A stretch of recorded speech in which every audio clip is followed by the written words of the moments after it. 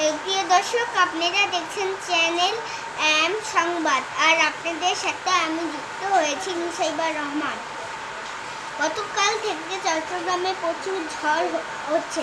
আবহাওয়ার অফিস বলছে যে 7 নম্বর বিপদ সংকেত দেখা যেতে পারে।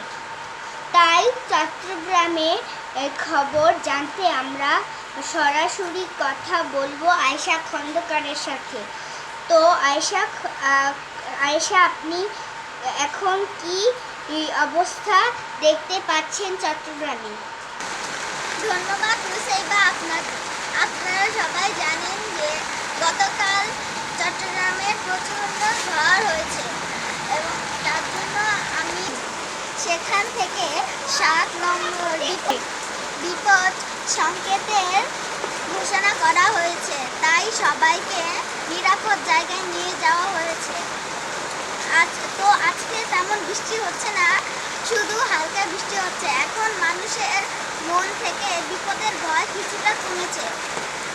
ধীরে ধীরে মানুষরা তাদের ঘরে আসছে। তো তানহা, এই ছিল আজকে চট্টগ্রামের শেষ খবর। ধন্যবাদ।